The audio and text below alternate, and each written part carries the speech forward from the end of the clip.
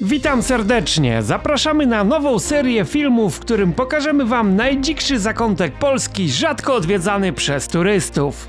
Przejedziemy się kamperem wzdłuż wschodniej granicy Polski od Trójstyku w Bieszczadach aż po Bałtyk, odkrywając po drodze świat, który przeminął. Wschodnie krańce Polski, nieskażone masową turystyką, są jeszcze pełne tajemniczych miejsc i niesamowitych historii. Na pograniczu polsko-ukraińskim życie toczy się wolnym, niespotykanym gdzie indziej rytmem.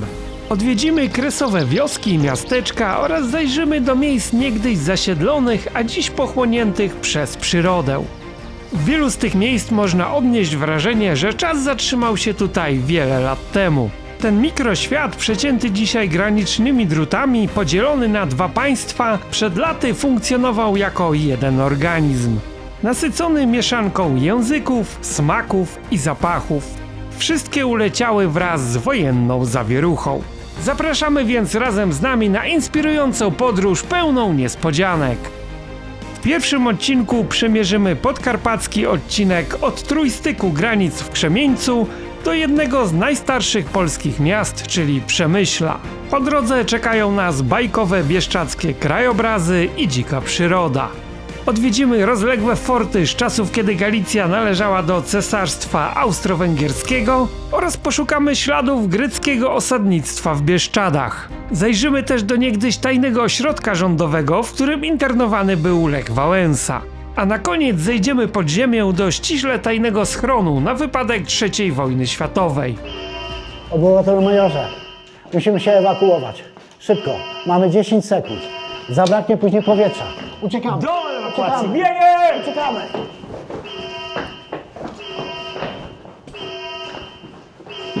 Szybciej, szybciej!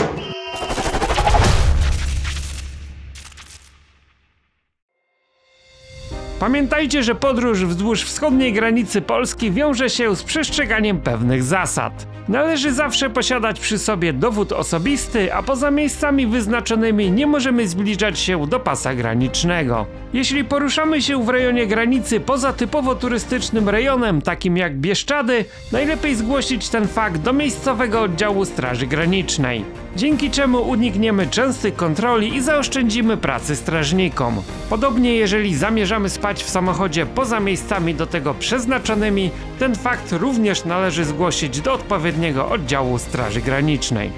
Film ten zaczynamy na szczycie góry Krzemieniec. Znajduje się tutaj trójstyk granic pomiędzy Polską, Ukrainą i Słowacją. I właśnie punkt trójstyku, tutaj spotykają się granice trzech państw. W Polsce tego typu miejsc mamy 6, ale to jest unikatowe. Dlatego też, że tutaj jest granica Unii Europejskiej i w zasadzie jest to jedyne takie miejsce na wschodniej granicy Polski pomiędzy Białorusią czy Ukrainą, że możemy sobie dosłownie iść pasem granicznym pomiędzy słupkami polskim i ukraińskim. Normalnie, gdybyśmy chcieli to zrobić gdzieś dalej, to za samo wejście na pas graniczny dostaniemy mandat do 500 zł. Tak więc, jeżeli chcecie się przejść samym pasem granicznym, tak można to zrobić tutaj zupełnie legalnie. Miejsce to leży na terenie Bieszczadzkiego Parku Narodowego, stąd nie możemy tutaj dojechać samochodem, musimy iść tutaj jednym ze szlaków. Możemy tutaj dojść zarówno z terenu Słowacji, jak i Polski. Mamy tutaj też niepowtarzalną możliwość zrobienia sobie pikniku właściwie w 3 krajach jednocześnie. Możemy zjeść kanapkę na Ukrainie, popić herbatę na Słowacji i zjeść sobie ciastko na deser w Polsce. Na słowackiej stronie znajduje się źródełko. Można tutaj nabrać sobie wody do bidonu. Dziś mamy niebywałe szczęście, bo w tym miejscu nie ma nikogo. Normalnie byłyby tutaj tłumy, byłyby tutaj setki osób i to nawet na tygodniu, o ile byłaby pogoda. Ale jako, że mamy już końcówkę maja, jest 5 stopni, akurat teraz przestał padać deszcz, odczuwalne jest chyba koło zera, a mówiliście, że przytwierdzanie nakrętek do butelek nic nie daje. Jak widać, dało. Ja sam w to nie wierzyłem, ale faktycznie spowodowało to spore oziębienie klimatu. No Chińczycy tego nie zrobili i w tej chwili w Pekinie jest 40 stopni, co jest anomalią jak na tą porę roku. A przypominam, że Pekin leży w tej samej strefie klimatycznej co Warszawa. W tym właśnie miejscu zaczyna się unijna granica ze słupkiem z numerem 1. Przy słupku numer 2 jest najwyższy punkt Krzemieńca. Jesteśmy teraz na wysokości 1221 metrów i to wzgórze jest wododziałem pomiędzy zlewnią Morza Bałtyckiego a Czarnego. Czyli ta cała woda, która spływa w tą stronę, płynie sobie do Bałtyku, a woda, która płynie na stronę ukraińską, płynie do Morza Czarnego. Przynajmniej w teorii. Niebieski szlak do Łuszczyk Górnych częściowo przebiega pomiędzy słupkami polskimi i ukraińskimi. Normalnie dostalibyśmy mandat za nielegalne przekroczenie granicy, a tutaj możemy całkiem legalnie przejść się tą ścieżką.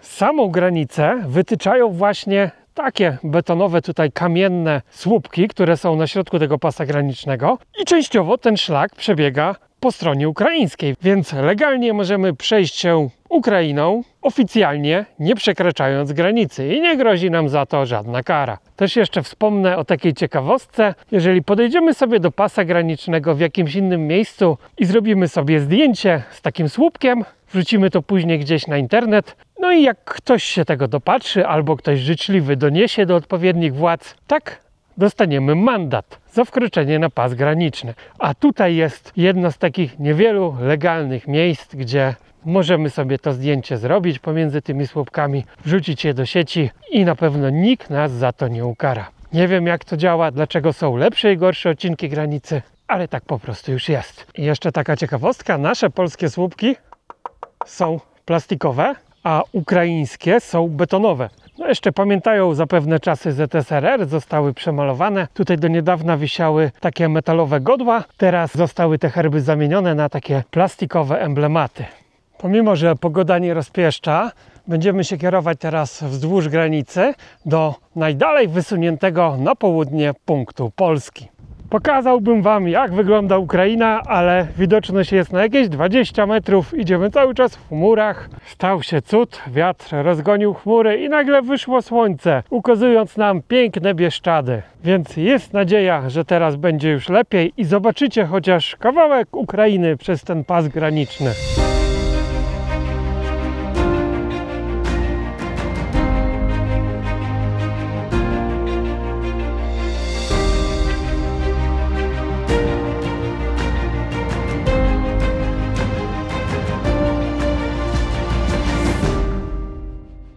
Parking samochodem osobowym zapłacimy tutaj 30 zł, a jeżeli chcielibyśmy tutaj zaparkować naszym kamperem na noc, tak kosztowałoby to 200 zł. Taniej da się gdzieś tutaj pewnie znaleźć w okolicy nocleg w jakiejś agroturystyce z darmowym parkingiem gratis. I weźmy pod uwagę, że jeżeli chcemy sobie odwiedzić kilka takich miejsc, punktów turystycznych w ciągu jednego dnia, co jest jak najbardziej możliwe, tak wydamy ponad 100 zł za same parkingi. Tak, jeżeli chodzi o opłaty, to mamy chyba najdroższe na świecie, a już na pewno najdroższe w przeliczeniu do zarobków. Idąc wzdłuż granicy docieramy do Wołosatego. Znajduje się tutaj wejście na szlak, który prowadzi na najwyższą górę Bieszczad, czyli Tarnicę. My omijamy ten szczyt, ale jeżeli macie trochę czasu będąc w Bieszczadach, możecie wejść sobie i zdobyć ten jeden ze szczytów korony gór polskich. Ja osobiście nie polecam wybierać się tutaj w weekendy ani w sezonie turystycznym, dlatego że można utknąć w kolejce na szczyt. Od strony Wołosatego niestety nie możemy dojść wzdłuż granicy aż do źródeł Sanu i żeby dostać się w to miejsce, musimy zrobić pętlę naokoło. Szlakiem pieszym przez Tarnicę i Halicz do Mucznego albo objechać też ten cypel naokoło i przez miejscowość Muczne docieramy do parkingu na Bukowcu. Tutaj kończy się droga i stąd udamy się pieszo do najdalej wysuniętego na południe krańca Polski i zarazem źródeł Sanu. Nie można tutaj zrobić żadnej pętli, więc tą samą drogą trzeba będzie też niestety wracać.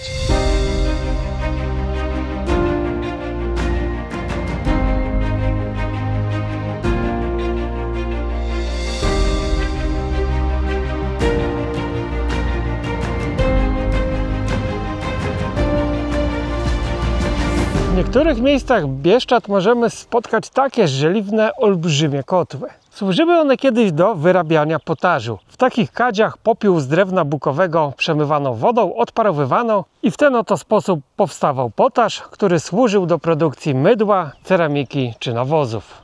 Przed II wojną światową na tych terenach tętniło życie. Wzdłuż Sanu były liczne wioski, po których dziś zostały tylko stare krzyże, studnie i drzewa owocowe. Na tej pięknej polanie mieściła się kiedyś wieś Bieniowa, a teraz widać tutaj usiane po łące takie drewniane zabezpieczenia studni. Dawne studnie dziś w większości już wyschły, ale są pozabezpieczane, aby nie wpadł tam żaden człowiek albo zwierzę. Tuż za Sanem przebiega linia kolejowa Uszyhorod-Sambor i jest to chyba najbardziej malownicza linia kolejowa na Ukrainie, więc jak kiedyś ktoś będzie miał okazję przejechać się właśnie po tamtej stronie, to serdecznie polecam. Przejechać się piękną linią kolejową, która wiedzie przez tą dziką, bieszczacką część Ukrainy. Większe wsie, takie jak Beniowa, miały też swoje cerkwie oraz cmentarze. I właśnie tutaj mamy pozostałości po dawnej cerkwi z 1909 roku. Ona była drewniana, tak więc została po niej tylko podmurówka i chrzcielnica. Przy cerkwi znajdował się też rozległy cmentarz, na którym do dziś zachowało się tylko kilkanaście nagrobków. Przy cerkwi był też sad jabłoniowy. Popi często przy swoich plebaniach właśnie mieli takie małe sady, ogródki warzywne i do dziś jeszcze te drzewa owocują, wydając oczywiście już takie miniaturowe, zdziczałe owoce.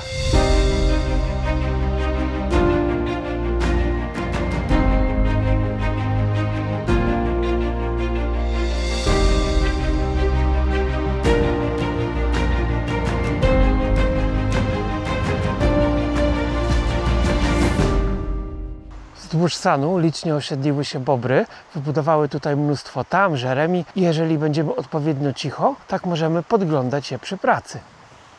Udało się też zaobserwować wydrę, która wyławia sobie ryby przy tamie bobrów i od razu zjada ją na miejscu. Nad Sanem znajdował się kiedyś dwór Stroińskich. W 1946 roku został zniszczony, zachowały się tutaj tylko mury, jeszcze liczne cegły, piwnice jakieś, jest studnia i krzyż na pamiątkę tego miejsca. Po drugiej stronie Sanu była też murowana kaplica, ale została ona wysadzona przez Sowietów w 1970 roku. Przy dworze znajduje się też niezwykła luneta, która może przenieść nas w czasie. Te wsie kiedyś były położone po obu stronach Sanu. Te części wsi, które znalazły się po polskiej stronie granicy, były w większości zamieszkane przez Ukraińców, Łemków, Bojków. I ta ludność została wysiedlona stąd w ramach akcji Wisła, a domy i zabudowania gospodarskie zostały zburzone, aby nikt więcej nie myślał tutaj nigdy wracać.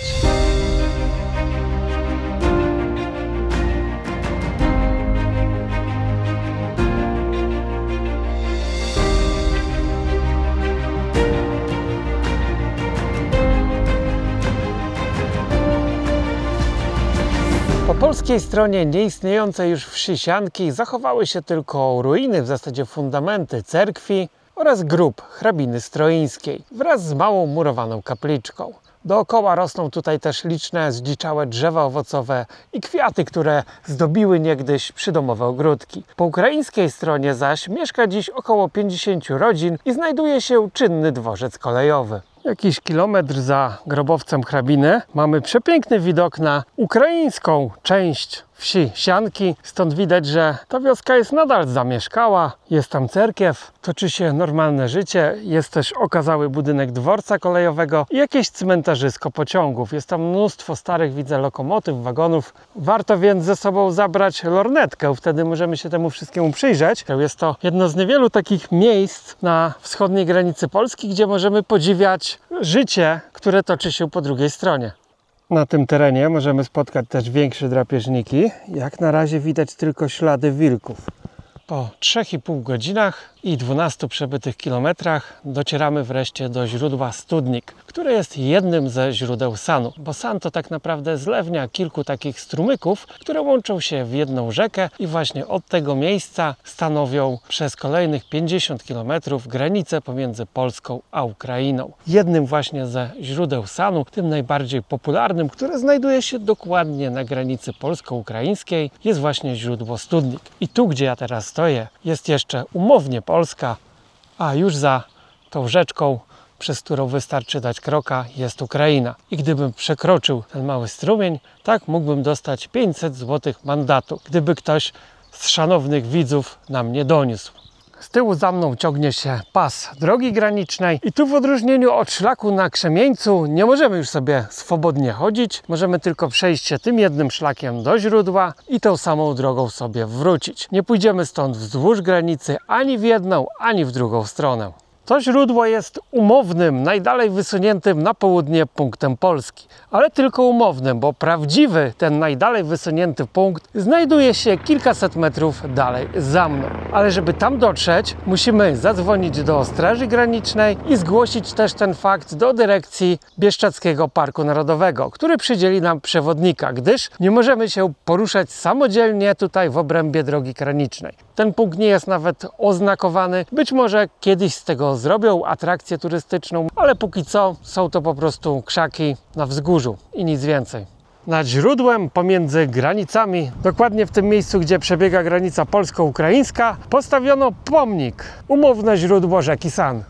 I właśnie teraz z ukraińskiej strony leci dron, że już widzę, że nas tutaj sprawdzają. Znaczy może nie tylko co nas, ale w ostatnim czasie wielu chłopców, mężczyzn z Ukrainy ucieka właśnie tędy i ogólnie na całym odcinku polskiej granicy, żeby nie być posłanymi na wojnę. A tam jakieś 30 metrów dalej, za tymi krzakami, widzę płot, solidny płot, który broni podejścia do granicy od strony ukraińskiej. Kiedyś tego nie było. Widać, że jest to nowa konstrukcja i wzdłuż całej właśnie granicy teraz ukraińskiej ciągnie się taki płot, który ma zapobiec uciekaniu z tego kraju. To miejsce też jest unikatowe z jeszcze jednego względu. Tutaj przebiega dział wodny i w zasadzie w miejscu, w którym teraz stoję, mam taką samą mniej więcej odległość do Morza Bałtyckiego, Czarnego i Adriatyku. I jest stąd mniej więcej do każdego z tych akwenów po 600 km. I jeszcze taka ciekawostka. Ukraińska tabliczka na pomniku głosi, że znajdujemy się teraz na wysokości 950 metrów nad poziomem morza, zaś Polska podaje, że jest to wysokość 886 metrów. I komu tu wierzyć?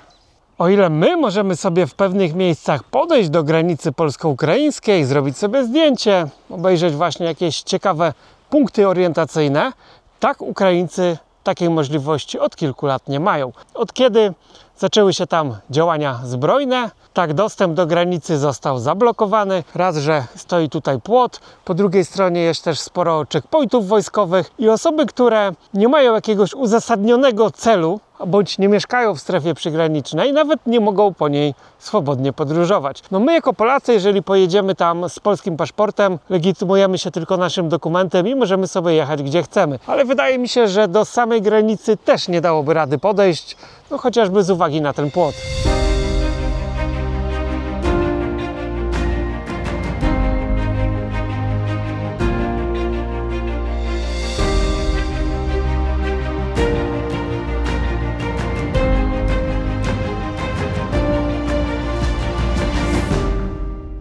Bieszczady mają opinię dzikich, najdzikszego zakątka Polski. Czy tak jest w rzeczywistości? Niekoniecznie. Od kilku lat Bieszczady każdego roku przeżywają prawdziwe oblężenie, ale można tutaj znaleźć jeszcze naprawdę dzikie zakątki. Więc jeżeli chcesz obcować z tą dziką przyrodą, nie przepychać się przez tłumy turystów, którzy oblegają te popularne instagramowe miejsca, takie jak szlaki na Krzemieniec, Tarnice, Bukowe Berdo czy Połoninę Caryńską, tak wybierz się koniecznie do źródeł Sanu. Jeżeli oczywiście przyjedziemy tutaj w sezonie bądź na weekendzie, tych ludzi będzie dużo więcej, ale i tak jest to chyba jedno z najmniej odwiedzanych miejsc w Bieszczadach. Co prawda może nie ma tutaj tak spektakularnych widoków jak na Tarnicy, ale możemy zobaczyć dzikie zwierzęta, i bliskość granicy dodaje pewną taką nutkę tajemniczości i niepewności.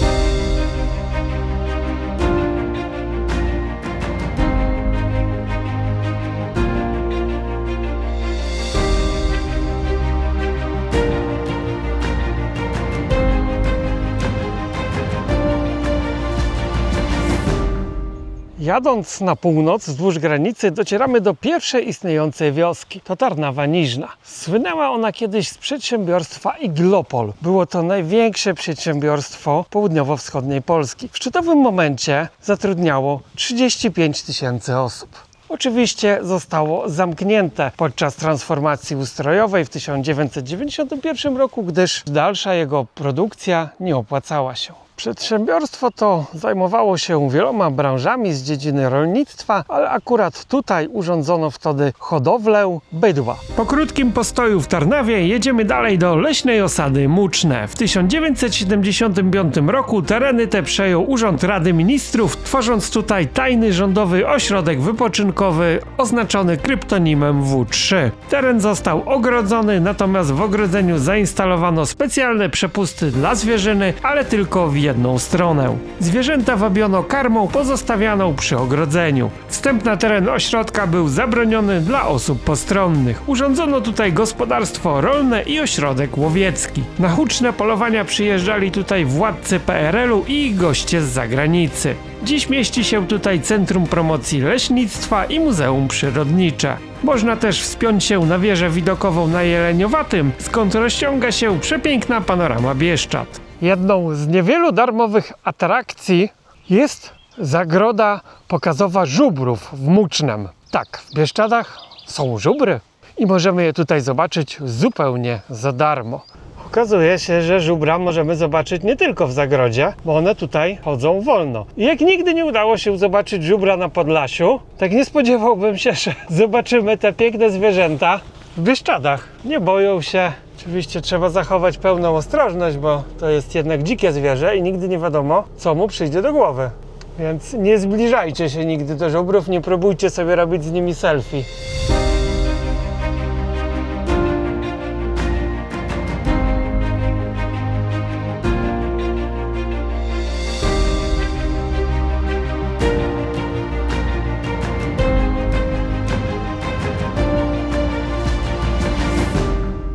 Z Bieszczadami zawsze kojarzył mi się zawód węglarza lub też wypalacza węgla drzewnego, bo używane są dwie nazwy. Jest to naprawdę jeden z najcięższych zawodów. Praca ta jest bardzo niebezpieczna. Temperatura w takim kotle dochodzi do 800 stopni Celsjusza i zdarzały się wypadki, kiedy węglarz ulegał spaleniu razem z drewnem w takiej retorcie. Oprócz retort węgiel wypalano też w takich stosach zwanych niemieckimi lub mielerzami. Tutaj proces trwał od 7 do 10 dni. Jeszcze kilkanaście lat temu, zwłaszcza wiosną, Bieszczady pełne były białych słupów dymu, właśnie pochodzących z wypału węgla drzewnego. Dziś już mało kto chce trudnić się tym ciężkim fachem i w zasadzie zostały ostatnie osoby, które potrafią i chcą to robić.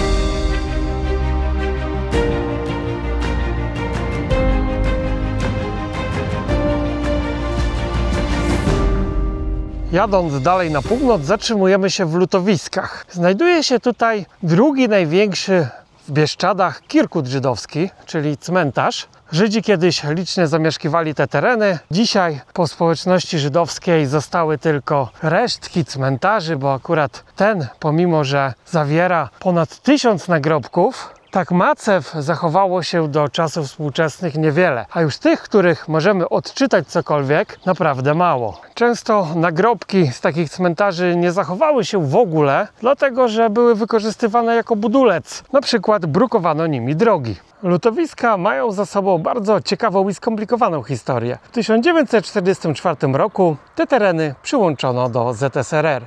I tak miało pozostać. Ale w 1951 roku Stalin stwierdził, że odbierze Polsce tereny bogate w węgiel kamienny i czarnoziemy. Zabrano więc nam Sokal, Krystynopol, Bełz, Uchnów, a w zamian dostaliśmy nieużytki w Bieszczadach, gdzie niby tereny miały być roponośne, ale okazało się, że to wszystko już zostało wyeksploatowane. I do 1951 roku miejscowość Lutowiska nazywała się Szewczenkowo. Kiedy zapadła decyzja o przesiedleniu, a całe to przesiedlenie miało kryptonim HT od nazw powiatu chrubieszowskiego i tobaszowskiego, czyli te powiaty, które po części zostały nam zabrane na rzecz Związku Radzieckiego, tak w Lutowiskach, wtedy jeszcze Szewczenkowie, wysiedlono mieszkańców ukraińskich aż w rejon Odessy, a tutaj sprowadzono Polaków z okolic Sokala, którzy musieli układać swoje życie na nowo. Z lutowisk udajemy się w miejsce, gdzie bije serce Bieszczad. Solina to największy kurort turystyczny w Bieszczadach, którego symbolem jest najwyższa zapora w Polsce. Wybudowana w latach 60. na rzece San, jest jednym z największych obiektów hydrotechnicznych, jakie wybudowano w naszym kraju. Jednak z jej budową wiąże się też tragedia lokalnych mieszkańców. Na potrzeby budowy zbiornika solińskiego wysiedlono ponad 3000 okolicznych mieszkańców i zrównano z ziemią kilka wsi wraz z ich pięknymi cerkwiami. Po dziś dzień woda wyrzuca co jakiś czas na brzeg ludzkie szczątki, gdyż razem z wioskami zalano też kilka cmentarzy. Od niedawna Solina ma też nową atrakcję turystyczną. Możemy przejechać się tutaj kolejką gondolową nad koroną zapory. Po spędzeniu nocy w Solinie rano udajemy się do stolicy Bieszczadów, czyli Ustrzyk Dolnych. Za stolicę Bieszczad uznawane są Ustrzyki Dolne. To jedyne miasto, jakie zostało przekazane Polsce po korekcie granic z 1951 roku i jest ono dziś zimową, jak i letnią stolicą Bieszczad. Stąd zaczyna się wiele bezpłatnych szlaków spacerowych. Tutaj możemy też przyjechać zimą na narty. Miasto zachowało taki dość unikalny wschodni kresowy klimat, tak więc polecam zobaczyć je każdemu. Oprócz licznych atrakcji w samym mieście, takich jak Muzeum Bieszczadzkiego Parku Narodowego, czy chyba jedyne w Polsce Muzeum Młynarstwa zlokalizowane w starym zabytkowym młynie, naprawdę będzie tutaj co robić. Przy wjeździe do Ustrzyk Dolnych zachowało się jeszcze fragmenty tak zwanych zębów smoka. To betonowe umocnienia, które miały zatrzymać niemieckie czołgi, aby nie mogły wjechać właśnie do miasta. Dziś zachowano tutaj fragment tych umocnień, który przypomina o burzliwej historii tego terenu. Utworzono tu również szlak umocnień obronnych i pomników przeszłości.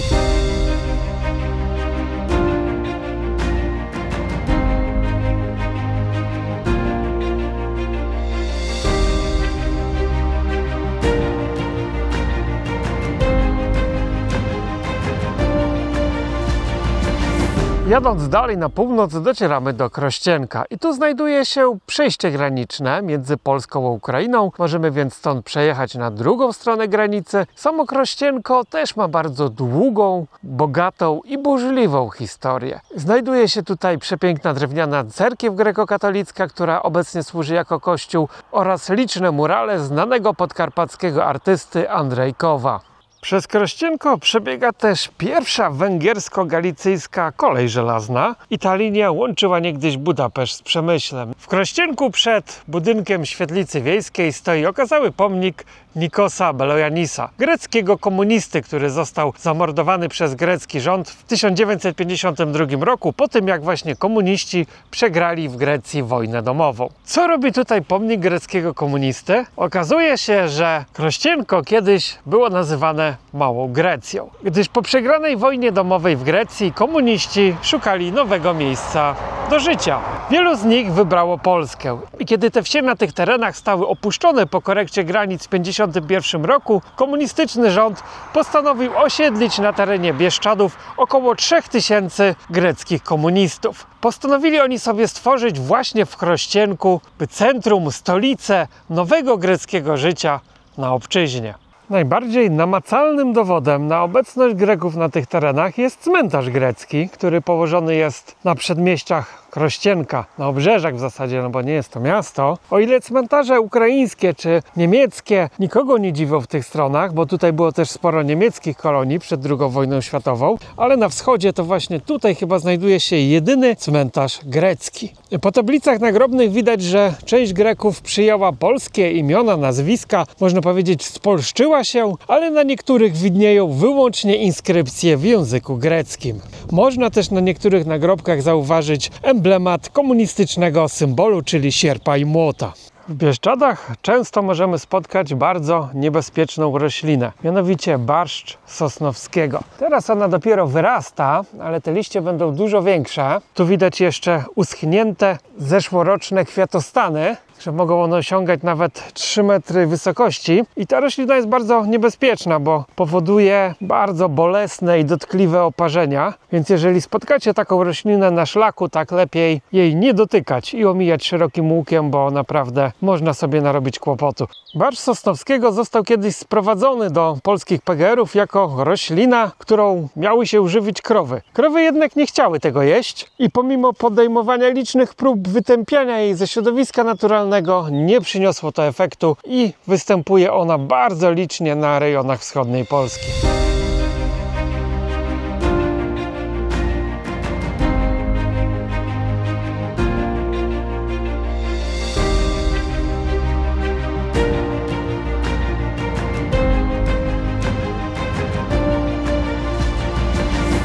Większość terenu Bieszczad pokrywają lasy. Dodatkowo akcja Wisła i wysiedlenia lokalnej ludności spowodowały, że te tereny stały się jeszcze bardziej odludne i niedostępne. I te walory dostrzegła właśnie polska władza ludowa, lokując tutaj tajny ośrodek W2. W 1947 roku wysiedlono m.in. wieś Arłamów. I to właśnie na jej terenach powstał tajny ośrodek wypoczynkowy dla najwyższych władz Polskiej Republiki Ludowej z Edwardem Gierkiem czy premierem Cyrankiewiczem na czele. Miejsce to jest położone na totalnym odludziu, otoczone gęstymi lasami pełnymi zwierzyny. Te walory dostrzegł ówczesny pierwszy sekretarz Edward Gierek, który zapraszał tutaj na polowania dygnitarzy z całego świata. M.in. ówczesnego dyktatora Jugosławii Tito, szacha Iranu Pahlavi, czy pierwszego sekretarza Związku Radzieckiego Leonida Breżniewa. Za czasów PRL-u tego miejsca nie było na żadnych mapach. Nie można było tutaj również wybrać się na przykład na grzyby, gdyż cały teren był otoczony i pilnowany przez wojsko. To miejsce słynne jest jeszcze z jednego powodu.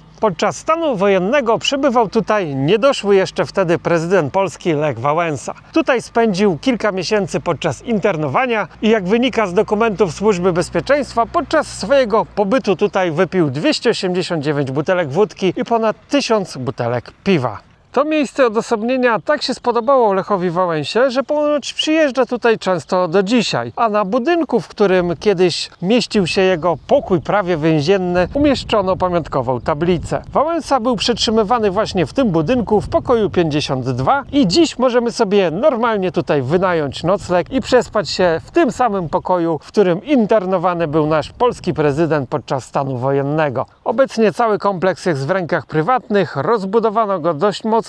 Znajduje się tu m.in. wyciąg narciarski, stadnina koni, kompleks spa, baseny, restauracje, knajpy, więc można przyjechać sobie tutaj nawet na wielodniowy wypoczynek.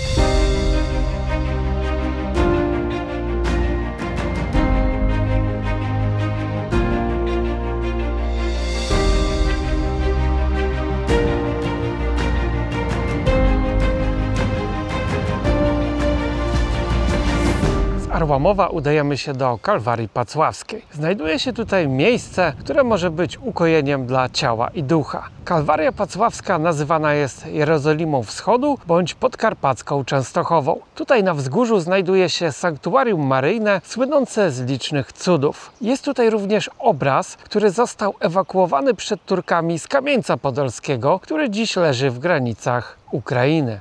Na terenie kompleksu znajdują się ogrody, tereny spacerowe, droga krzyżowa oraz wieża widokowa, z której przepięknie widać panoramę Bieszczad. Można również zjeść sobie tutaj obiad w bufecie klasztornym, bądź kupić jakieś pamiątki na licznych straganach. W Kalwarii Pacławskiej znajduje się też jeden z punktów podkarpackiego szlaku architektury drewnianej. Zachowała się tutaj stara, małomiasteczkowa zabudowa. W okolicy sanktuarium możemy dziś zobaczyć rzędy starych wiejskich drewnianych chałup. Wydaje się, jakby czas zatrzymał się tutaj na początku XX wieku. Przy Kalwarii Pacławskiej znajduje się też cudowne źródełko. Jest to więc idealne miejsce, aby uzupełnić zapasy wody w kamperze. W podziemiach kapliczki znajduje się pompa i możemy tutaj uzupełnić zapasy wody. Jadąc dalej w stronę Przemyśla, warto odwiedzić XVII-wieczny zamek w Krasiczynie, położony nad rzeką San. Zamek ten należy do najpiękniejszych pomników polskiego renesansu. Gościli w nim królowie Zygmunt III Waza, Władysław IV, Jan Kazimierz i August II. A pomimo licznych pożarów i wojen zachował prawie niezmienioną sylwetkę. Zamek otacza też piękny park, gdzie rośnie miłożąb japoński, który ma ponoć moc spełniania życzeń. Stąd jest już tylko kilkanaście kilometrów do Przemyśla, czyli jednego z najstarszych polskich miast. W tym grodzie nad Sanem zachował się unikalny kresowy klimat. Miasto ma spory potencjał i mnóstwo atrakcji, które zapewne będą kiedyś tematem na osobny film. Centralnym punktem Starego Miasta jest pochyły rynek otoczony zabytkowymi kamienicami. Na środku rynku znajduje się symbol miasta, czyli niedźwiedź, którego znajdziemy w herbie Przemyśla. Przemyśl jest też siedzibą dwóch metropolii, warto więc zajrzeć do archikatedry grekokatolickiej i rzymskokatolickiej bazyliki archikatedralnej, przy której na wieży zegarowej znajduje się nietypowy punkt widokowy. Rozciąga się stąd widok na 4 strony Przemyśla i możemy obejrzeć miasto z dość nietypowej perspektywy, bo zza zegaru. Mamy również unikalną okazję przyjrzenia się mechanizmowi zegara wieżowego oraz wielkim dzwonom, które biją co 15 minut, więc trzeba uważać, aby się tutaj nie wystraszyć. Przemyśl to polska stolica fajek i ludwisarstwa. Przemyskie fajki chętnie są palone na całym świecie, a dźwięk przemyskich dzwonów rozbrzmiewa w kościołach całego świata. I znajduje się tutaj jedyne na świecie Muzeum Fajek i Ludwisarstwa.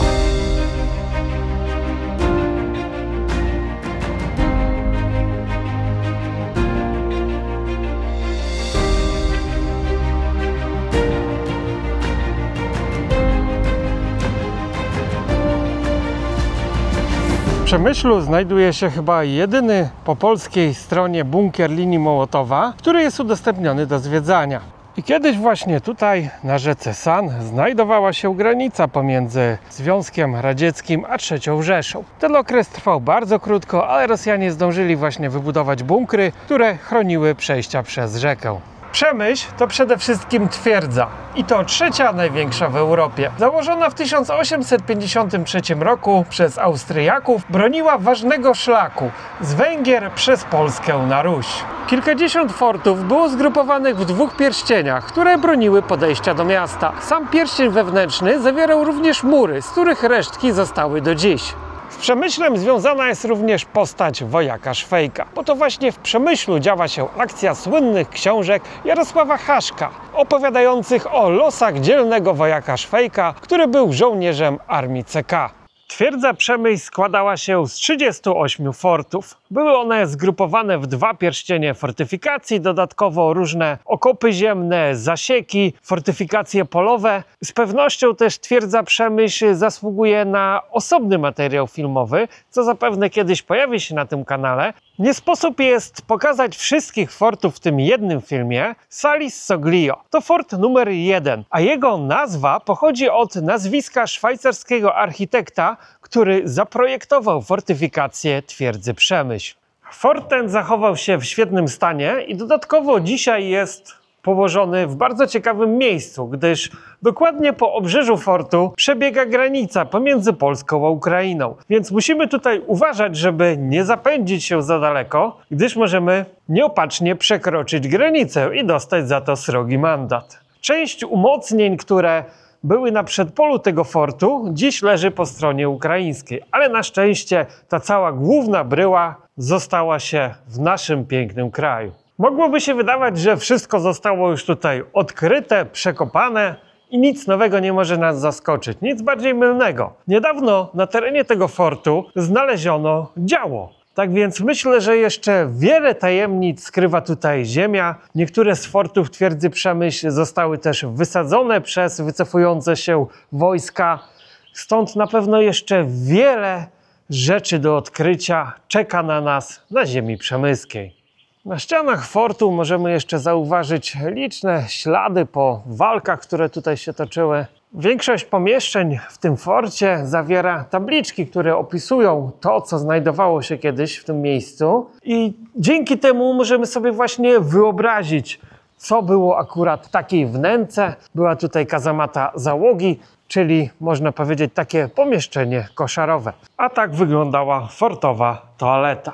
Rząd takich otworów, gdzie żołnierze załatwiali swoje potrzeby fizjologiczne. No, ewidentnie widać, że były tutaj jakieś delikatne ścianki, żeby dać chociaż odrobinę prywatności tym żołnierzom.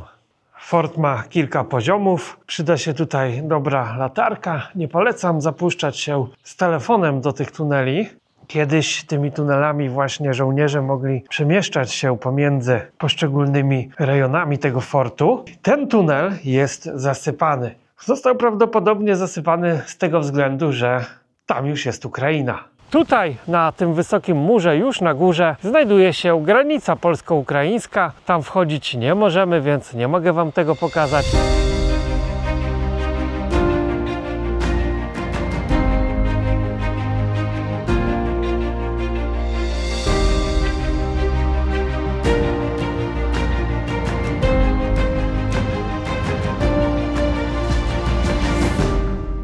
Podczas I wojny światowej o twierdzę Przemyśl toczyły się ciężkie walki. Okolica usiana jest cmentarzami żołnierzy, którzy polegli w tamtym okresie. Twierdza zdobywana była trzykrotnie. Pierwszy atak Rosjan Austro-Węgrzy odparli. Kolejny zakończył się już sukcesem Rosjan, ale żeby fortyfikacje nie wpadły w ręce armii carskiej, część z nich wysadzono. Tak jak ten fort, Saint-Rideau. I z tym fortem związana jest pewna mroczna legenda. W 1926 roku w gazecie Naokoło Świata ukazał się artykuł opisujący bardzo mroczną historię związaną z tym miejscem. Okazało się, że w 1923 roku podczas prac rozbiórkowych tego fortu robotnicy natknęli się w podziemiach na stalowe drzwi. Otworzyli je, a następnie ukazał im się przerażający widok.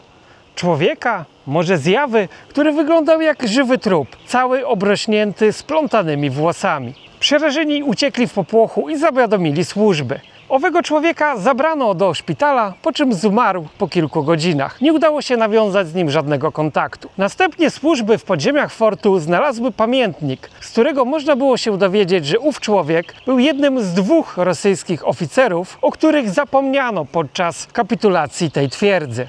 Zostali oni pogrzebani żywcem w piwnicach fortu Saint-Rideau, kiedy to armia austriacka wysadziła fort i wycofała się z tego miejsca. Jeden z nich popełnił po kilku latach samobójstwo. Kolejnemu udało się przeżyć przez kolejne 8 lat, właśnie aż do momentu odnalezienia przez robotników, dlatego że zostali oni odcięci w miejscu, które miało dostęp do świeżej wody pitnej oraz olbrzymie zapasy jedzenia dla wojska. Niestety ów pamiętnik rosyjskiego oficera zaginął i nie można dziś zweryfikować, czy owa legenda jest tylko legendą, czy ta historia wydarzyła się naprawdę.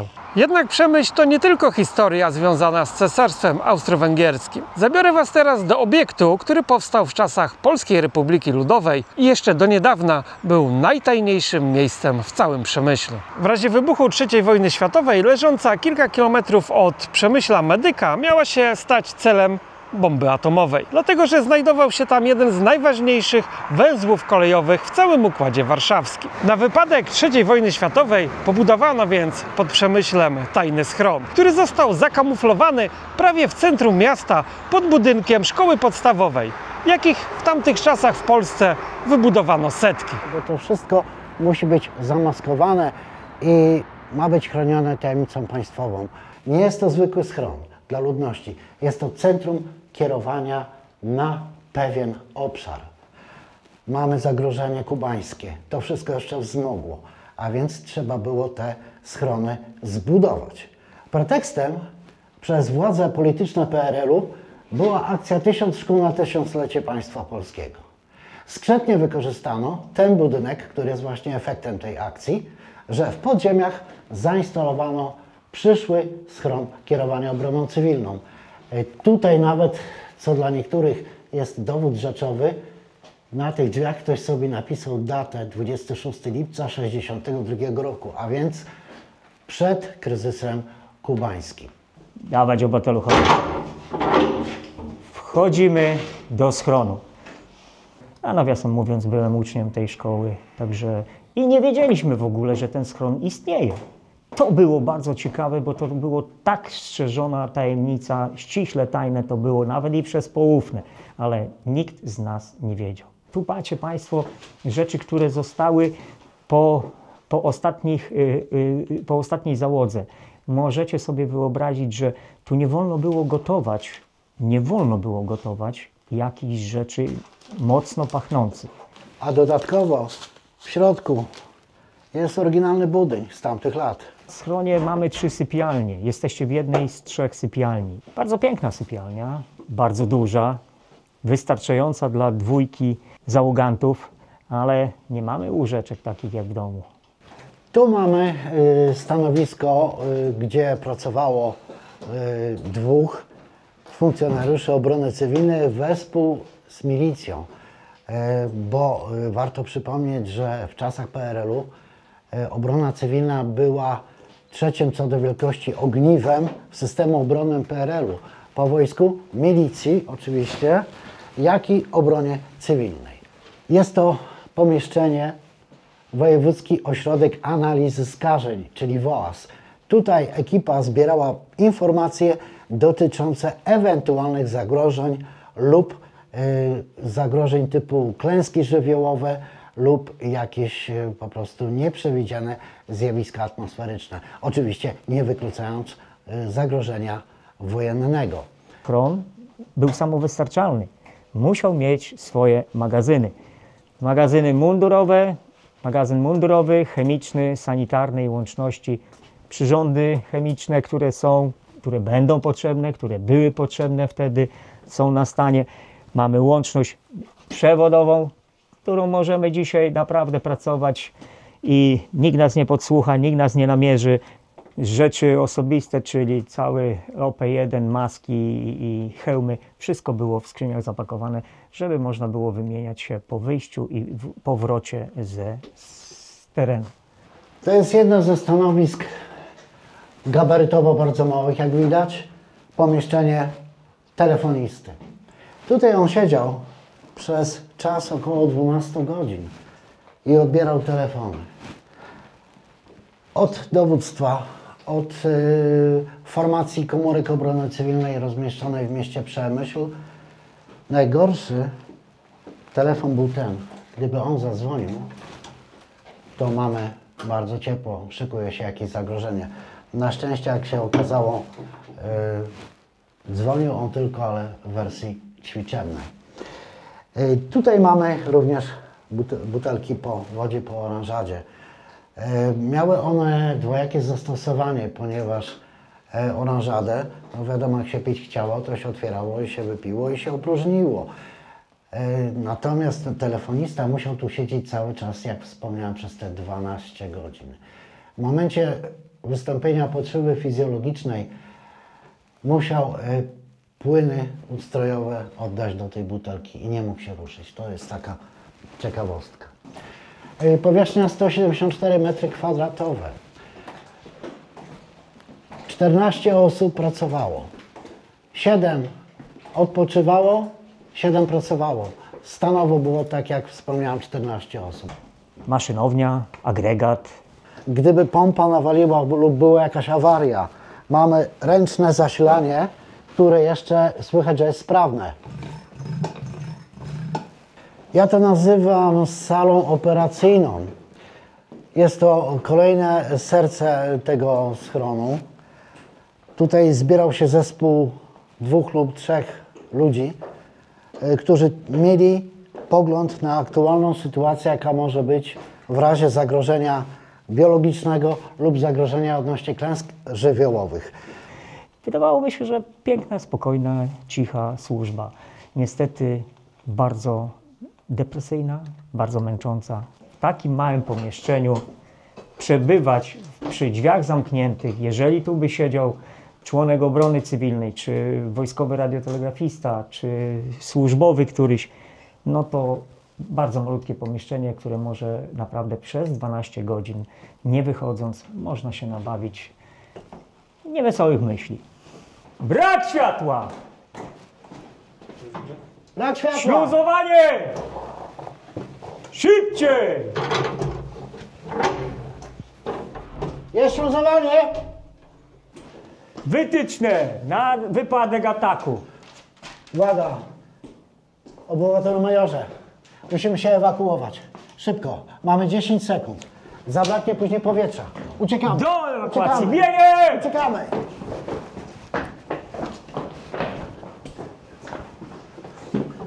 Szybciej, szybciej! 9, Szybko! 8, 7, na zewnątrz! Takim oto akcentem żegnamy się z Państwem. Zapraszamy do zwiedzania tego niecodziennego miejsca pod Szkołą Zjednoczonej Europy numer 14. Naprawdę zapraszamy, jest co przeżyć. Państwo żeście mieli taki tylko mały skrót, ale jak tutaj wejdziecie, jak dacie radę wyjść, to będziemy Wam gratulować.